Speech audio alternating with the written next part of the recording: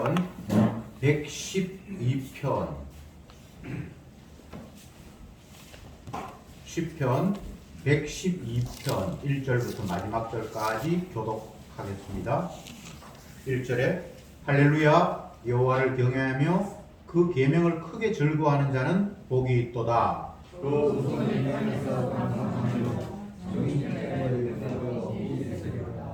부여와 재물이 그 집에 있으며 그 의가 영원히 있으리로다.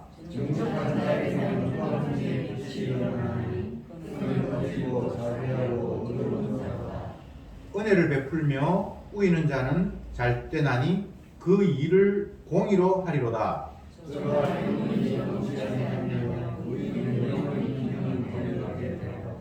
그는 흉한 소식을 두려워 아니하며 여호와를 의뢰하고 그 마음을 굳게 정하였도다.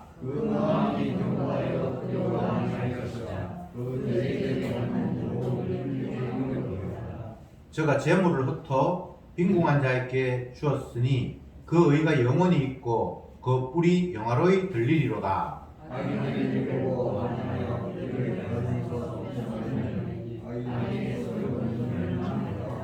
아멘.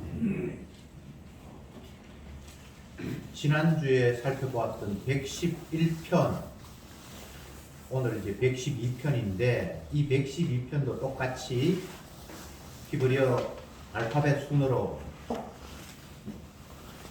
10절까지 이렇게 쫙 연결이 되어 있는 그런 독특한 시입니다.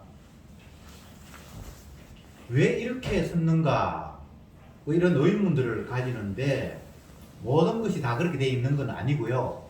몇몇 부분들이 성경 구절들이 알파벳 순으로 1절에는 뭐 기역, 2절에는 니언, 3절에는 디귿 이런 식으로 되어 있는 이유는 암송하고 그걸 같이 이렇게 합창을 하기 위한 그런 목적이 강합니다. 그래서 외우기가 좋잖아요. 1절은 뭐 기역으로 시작하고 2절은 니언으로 시작하고 3절은 디귿으로 시작하고 이러면 외우기가 좋잖아요.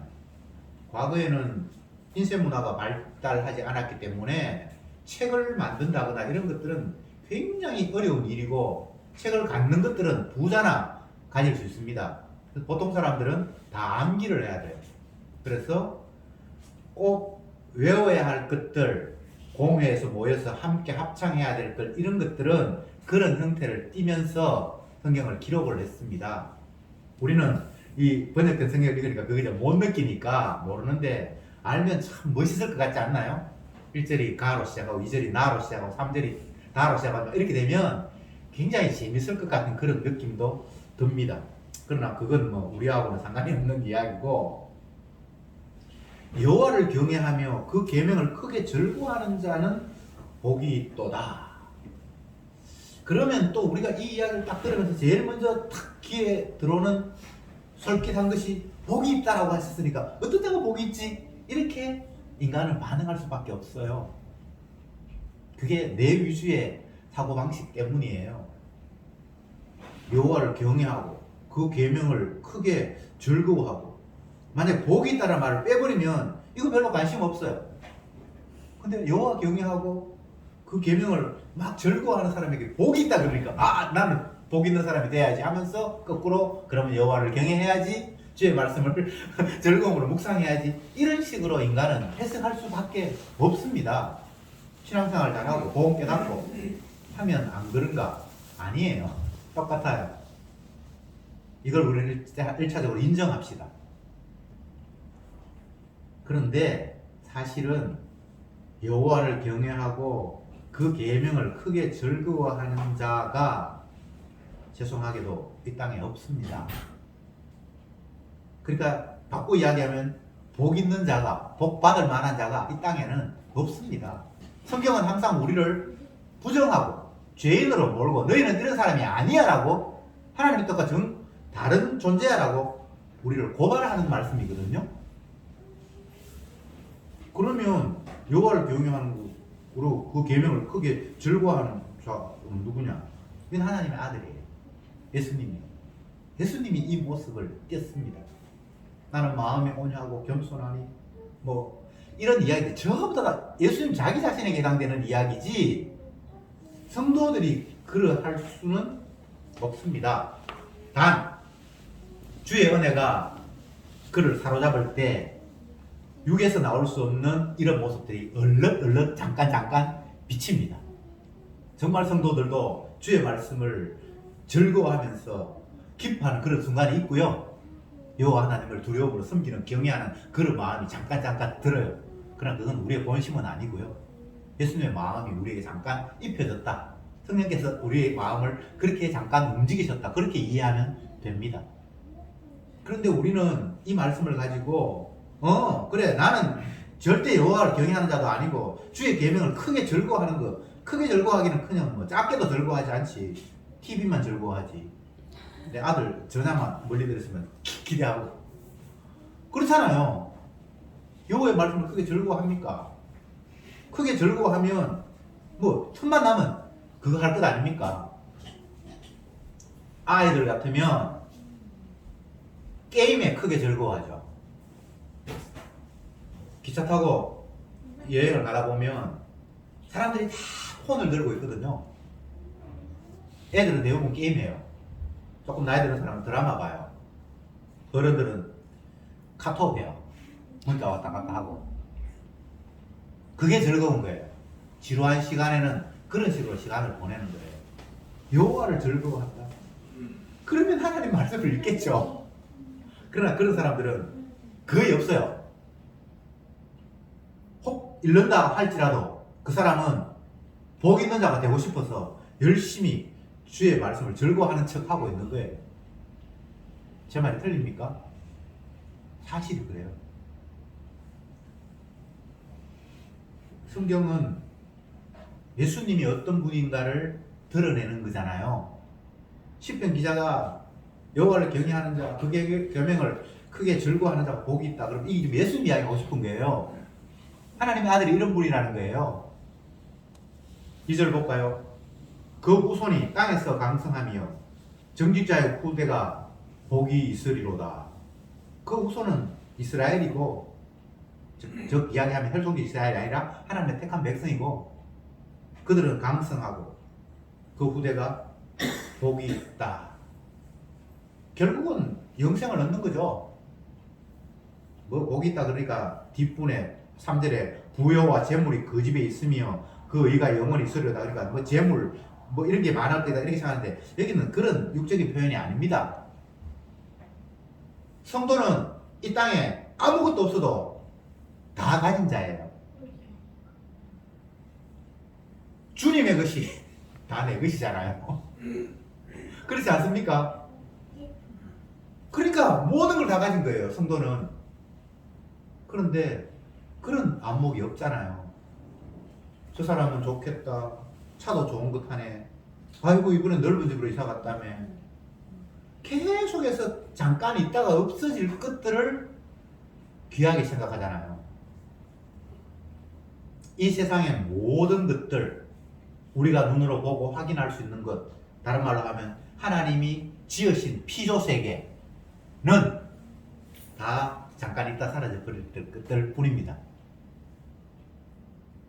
안개와 같은 거예요. 안개는 새벽에 일어나 보니까 뭔가 뽀얗게 끼는 것 같은데 조금 있다 날이 밝아버리니까 흔적도 없이 사라져 버리잖아요. 이 땅에 있는 피조세계는 다 그런 거라는 거예요. 아이고 그래도 뭐 어떤 사람은 120살까지 살던데 120살까지 살아도 영혼이라는 안목으로 보면 그거는 안개예요.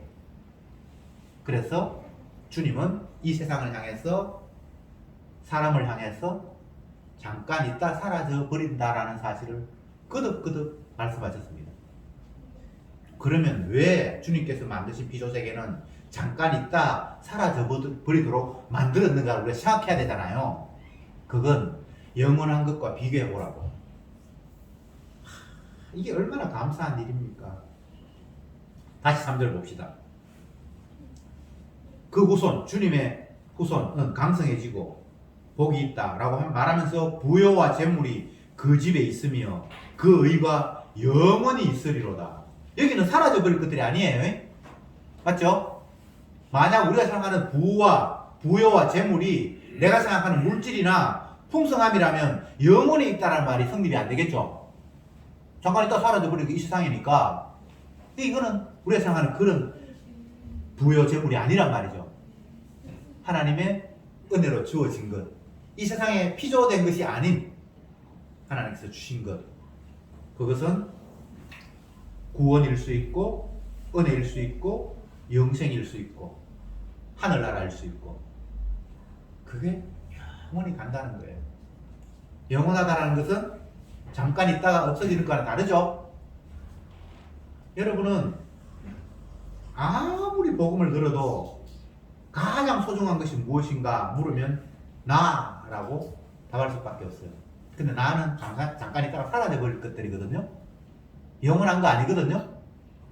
내가 아무리 가꾸고 운동하고 잘 먹고 식이요법 하고 뭐 다이어트 하고 어떻게 해도 영원할 수 없습니다. 잠깐 있다 사라지도록 주님께서 만드셨습니다. 성경 가운데 나타난 인물 중에 제일 오래 산 사람이 머두셀라라고 969세까지 살았어요. 굉장히 길죠. 그런데 그건 영원한 건 아니잖아요. 영원히는 못 살았잖아요. 그래서 주님은 영혼을 구약에서 표현할 때는 천이라는 단어를 써요. 1000년 동안 왕노릇 하리라. 이거 말은 영원히 왕노릇 하리라는 말이에요. 그래서 1000보다 모자라는 숫자를 사용하셔서 임시의 것으로 주님께서는 표현하신 거예요. 성경이 그렇습니다. 영혼이라는 말을 1000으로 표현을 했어요. 그건 유대인의 표현 방법입니다. 예. 그러니까 영원한 게 따로 있다는 걸 보여주기 위해서 잠깐 있다 사라질 임시적인 것을 대비시켜 놓은 구도. 여러분도 이따 사라져 버리겠죠, 그죠? 그러니까 나를 붙들거나 아니면 뭐 이 땅에 있는 그 무엇을 붙들거나 그것이 지위건 물질이건 뭐 어떤 것이건 우리가 알고 있고 확인할 수 있는 것은 다 임시의 겁니다. 영원하지 않습니다. 그러기에 그것에 의미를 부여하는 것 자체가 하나님의 뜻과는 동떨어진 일입니다. 4절에 정직한 자에게는 흑암 중에 빛이 일어나나니 그는 어질고 자비하고 의로운 자라. 이것도 결국 예수님 모습이죠. 정직한 자에게는 흑암 가운데도 확 빛이 난다.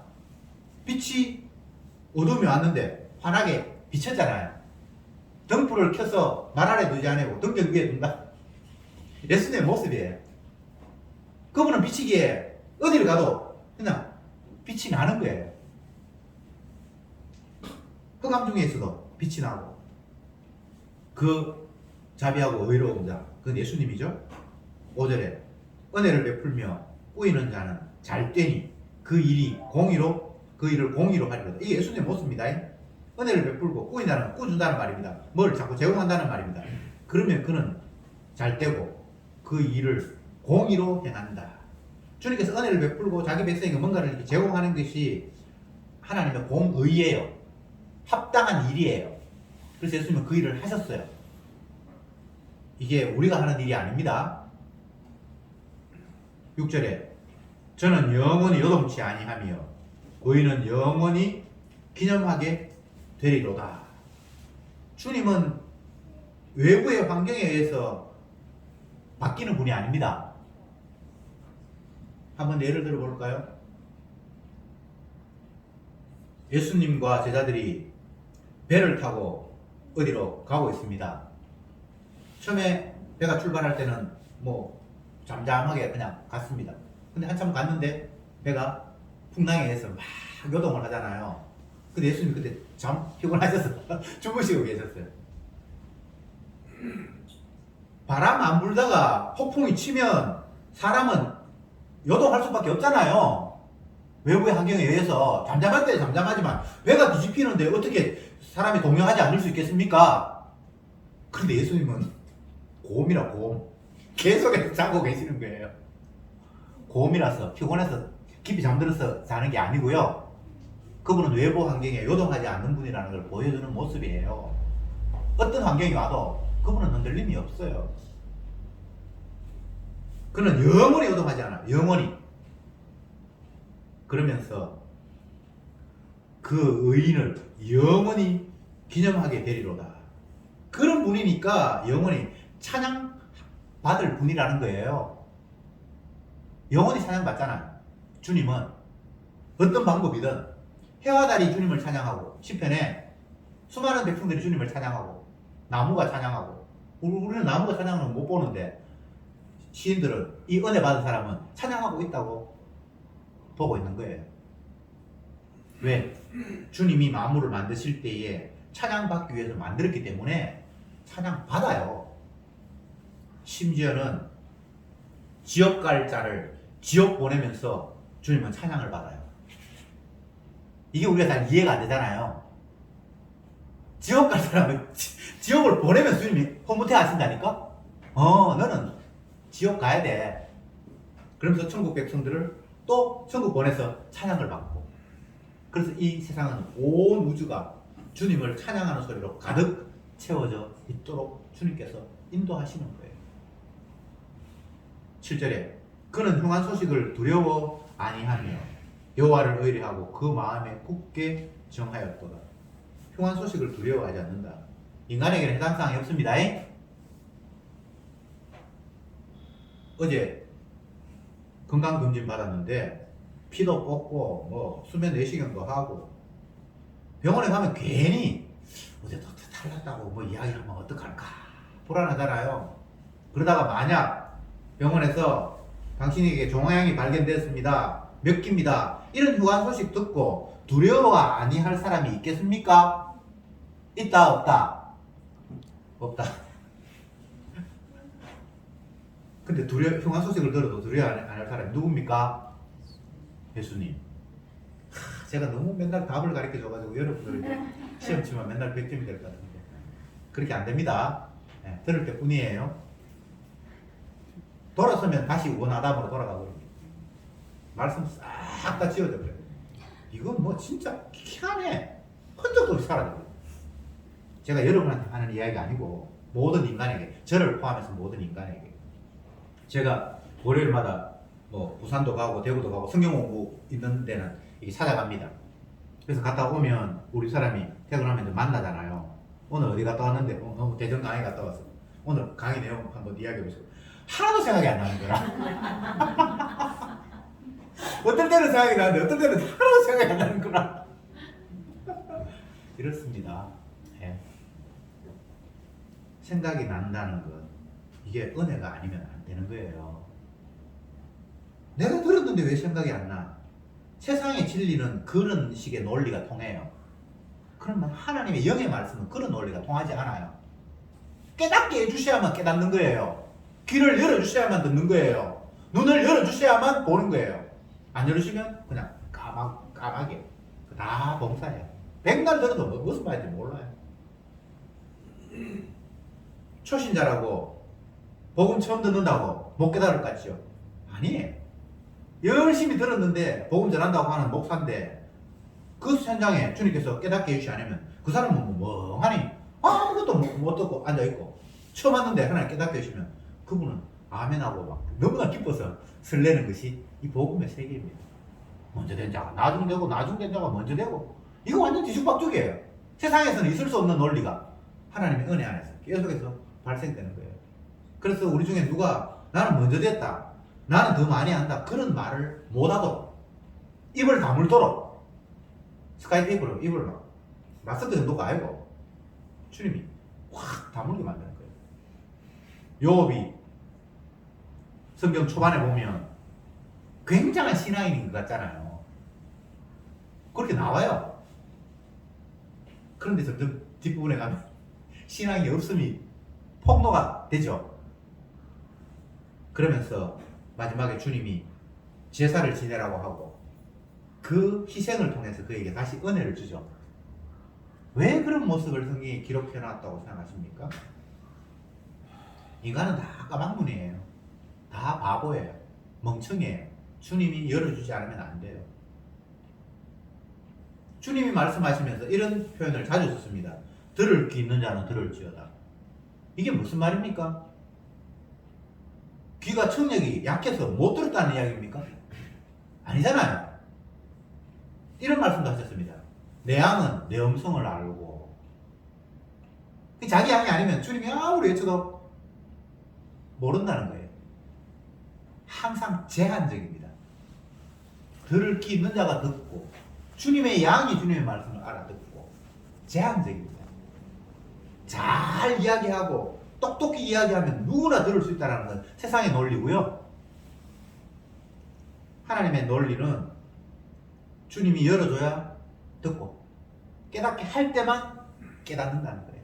그래서 항상 우리를 무능자라는 식으로 인식시키면서 뭔가를 주세요. 그래서 받으면 무능자가 내가 깨닫게 됐다면 이건 주님이 주셨네요.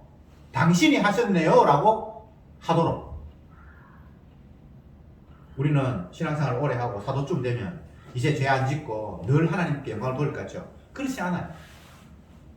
계속해서 죄가 튀어나옵니다. 성경을 보세요. 그렇게 돼 있어요. 왜? 그 받음이 능력으로 바뀌지 않습니다. 그냥 은혜로 머물 뿐입니다. 또 은혜가 필요합니다. 또 은혜가 주어져야 됩니다. 또 주님이 덮으셔야 되고 또 우리의 허물을 가려주셔야 되고 또 가려주셔야 되고. 왜? 계속해서 제가 생각되니까. 한 번 가리는 걸로 끝나는 게 아닙니다. 십자가는 반복되고 우리의 죄도 반복되고 그렇게 주님이 우리를 다스리고 만들어 놓으셨습니다. 그래서 내가 이제 어느 정도 자랐어. 이제 거룩하게 됐으니까 더 이상 나는 뭐 죄 안 짓는다. 이런 논리가 성경에는 없어요. 여러분 신앙생활 뭐 하루 이틀 한 것도 아닌데 할수록 점점 더 그렇게 짓니까? 그런 사람 혹시 있습니까? 그 거짓말이에요. 절대 그럴 수가 없어요. 왜?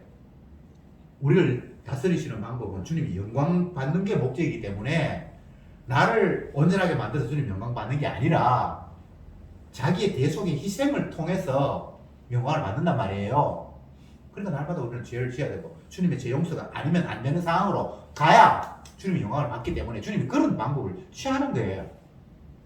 나를 온전히 만들어버리면 주님하고 우리를 빠이빠이 할걸요?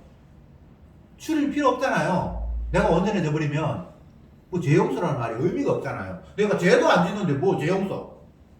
내가 빚도 없는데 이제 탕감해 줄게. 이 말이 웃기잖아요. 그렇지 않습니까? 그래서 주님은 자기 영광을 드러내게 하기 위해서 감사하게 하기 위해서 계속 우리를 죄인으로 몰아가요.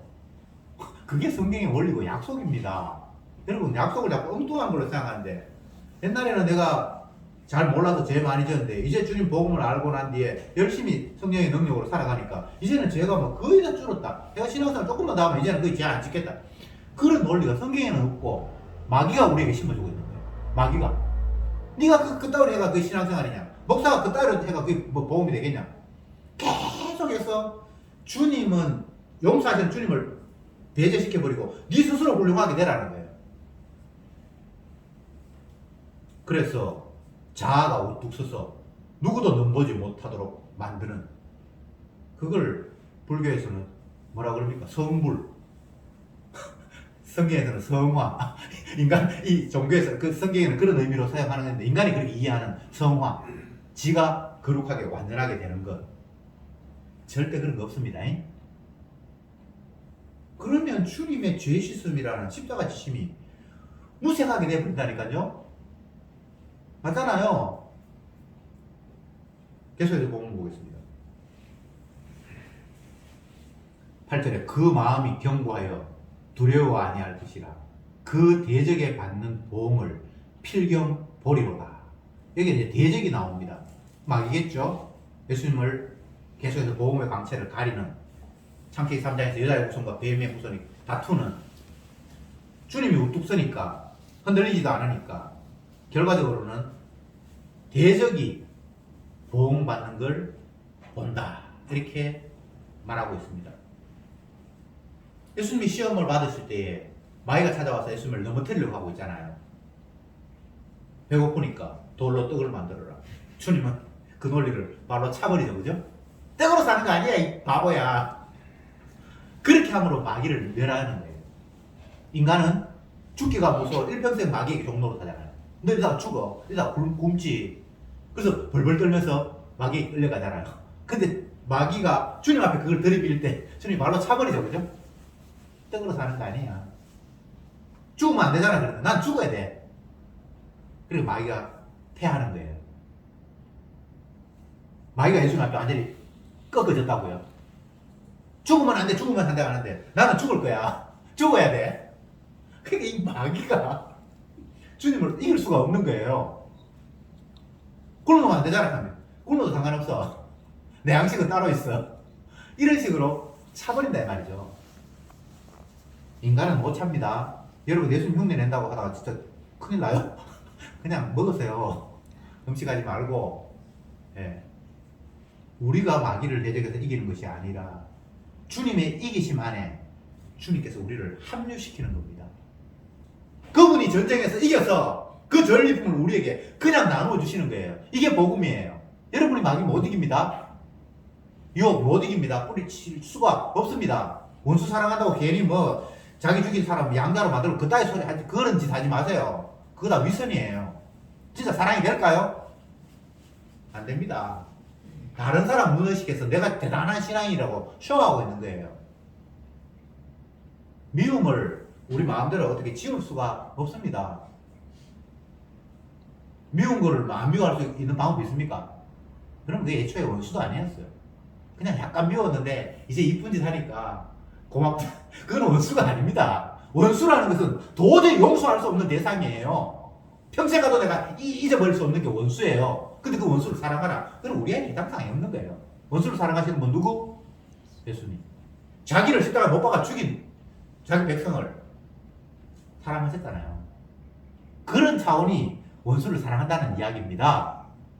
인간에게는 해당상이 없습니다. 예. 흉내도 내지 마세요. 원수 사랑하려고. 아, 나는 원수를 미워할 수밖에 없는 죄인이구나. 그런데 원수인 나는 예수님을 잡아 죽였는데 그 예수님이 내 죄 용서하신다고 나를 찾아오시는구나.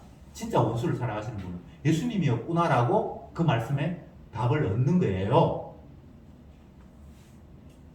9절에 저가 재물을 흩어 빈궁한 자에게 주었으니 그 의가 영원히 있고 그 뿔이 영화로이 들리리로다.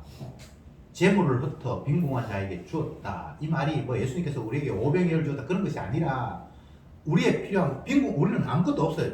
그분이 주시지 않으면 가난, 헐벗음밖에 안 되는데 주께서 모든 것들을 우리에게 주셨잖아요. 그래서 그 의는 영원하고 그 뿔은 영원히 높이 찬양받아야 된다. 다 예수님 이야기입니다. 여기는 우리에게 당장하는 이야기가 하나도 없습니다. 10절에 악인은 이를 보고 하나여 이를 갈면서 소멸하리니 악인의 소욕은 멸망하리로다. 예수님의 그 하시는 일이 원수를 완전히 짓밟아 버리는 일이에요.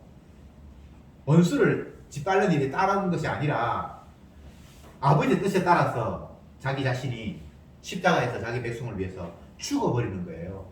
그래서 마귀가 더 이상 어떻게 할 수가 없어서 완전히 소멸하고 여기는 멸망하고 꺾여버린다라고 이야기를 하셨습니다. 마귀를 누가 이긴다? 내가 이긴다? 아니, 예수님 십자가에 지심으로 이겼어요. 예. 창세기에서 벌써 예언되어 있어요. 여자의 후손과 뱀의 후손이 싸우는데 뱀의 후손은 여자의 후손의 발꿈치를 물어요. 그런데 여자의 후손은 뱀에게 어떻게 합니까? 머리를 박살내본다고 돼 있잖아요.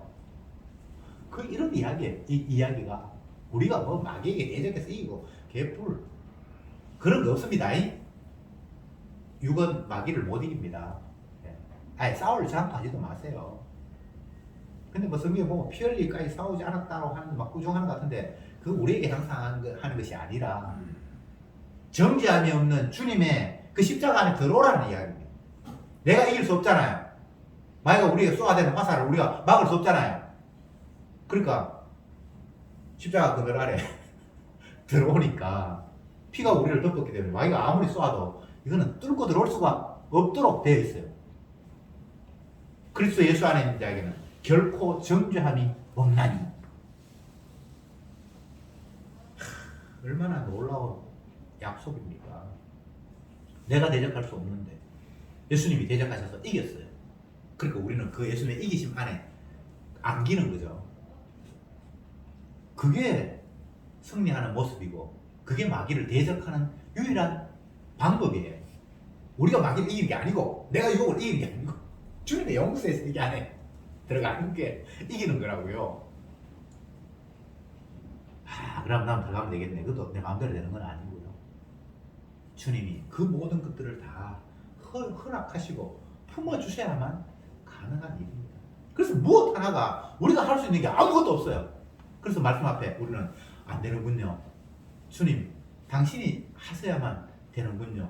라는 고백을 우리는 날마다 하게 되는 겁니다. 이게 죄 타령하는 겁니까? 아니에요. 은혜의 주님, 승리의 주님을 바라보는 모습이 이런 모습이에요. 맨날 주눅이 들어서 아니 나는 죄인이야, 빚이 많아, 빚도 못 갚네, 은행 지나가면서 늘 부채의식 가지고 이런 식으로 살아가는 것처럼 사람들이 오해를 해요. 십자가 이야기하고 나는 날마다 죄인이라고 이야기하니까. 그런 이야기가 아니에요. 이미 용서받았음을 확인하면서 주님의 용서가 얼마나 대단하고 그 희생이 얼마나 대단한가, 뿔로 뭐 높인다라고 이야기하고 들린다라고 이야기하고 하는데, 그걸 위해서 우리의 죄악된 모습을 날마다 고백하게 만드는 거예요. 죄인이라고 고백하면서, 나는 죄인 중에 개수라고 고백하면서 그는 지금 신나하고 있어요. 왜? 정죄함이 없는 세계에 이미 들어왔으니까요. 제가 이런 비유를 계속해서 드는데 쉬우니까 또 한번 들어봅시다. 비가 세차게 옵니다. 바람이 붑니다. 비가 그냥 똑바로 내리면 우산 하나 가지고도 내가 안 젖을 수 있죠. 그러나 옆으로 치고 세게 불면 우산 아무 소용 없습니다. 흰남노 뭐 지난번에 시속 몇 킬로입니까? 그렇게 비가 오고 바람이 불면 우산이 의미가 있을까요? 없을까요? 아무 의미 없습니다. 그런데 아파트 안에 딱 앉아있으면 뭐 비가 한 방울도 안 튀어요. 그렇잖아요. 왜? 내가 비를 피하는 것이 아니라 비가 틈탈 수 없는 환경 안에 들어왔기 때문에 이게 정죄함이 없는 세계예요. 이렇게 하는 걸 이겼다고. 바람과 풍랑을 내가 막 맞서서 이기는 게 아니고 피할 수 있는 곳에 들어와서 내가 그걸 이겼다라고 성경은 이야기하는 겁니다. 아시겠습니까? 이겼다고 오해하면 안 됩니다. 내가 이긴 게 아닙니다. 내가 마귀를 이길 수 없습니다. 정죄함이 없는 예수님의 품 안에 들어왔다라는 걸 마귀를 이겼다라고 이야기하는 겁니다. 그러니까 쉽게 이야기하면 내가 이긴 게 아니고 주님이 이기심 안에 내가 들어온 거죠.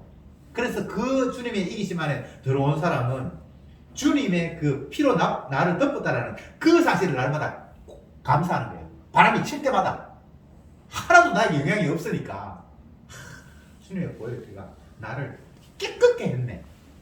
그가 채찍에 맞아서 내가 나음을 인도하는데 이게 바로 이런 상황이었구나라고 감사하면서 여전히 나는 죄인이라고 고백하는 거예요. 하나님이 그렇게 해서 영광 받는 겁니다. 네가 훌륭해서 내 자식이 이렇게 훌륭하게 되었구나, 내가 영광 받는다, 이거는 마귀가 하는 개소리고요. 주님은 그런 소리 영광 받는 게 아니고 당신의 용서가 아니면 나는 영원히 무능한 존재인데 오늘도 당신의 피의 용서가 나를 덮으셨군요 라고 감사할 때에 주님이 영광을 받습니다. 이번 한 주간도 이 주님의 피의 사랑이 순간순간 여러분들을 덮치기를 소망합니다. 기도합시다. 주님, 오늘도 말씀을 통해서 우리가 무능자라는 사실을 다시 한번 확인시켜 주시니 감사합니다.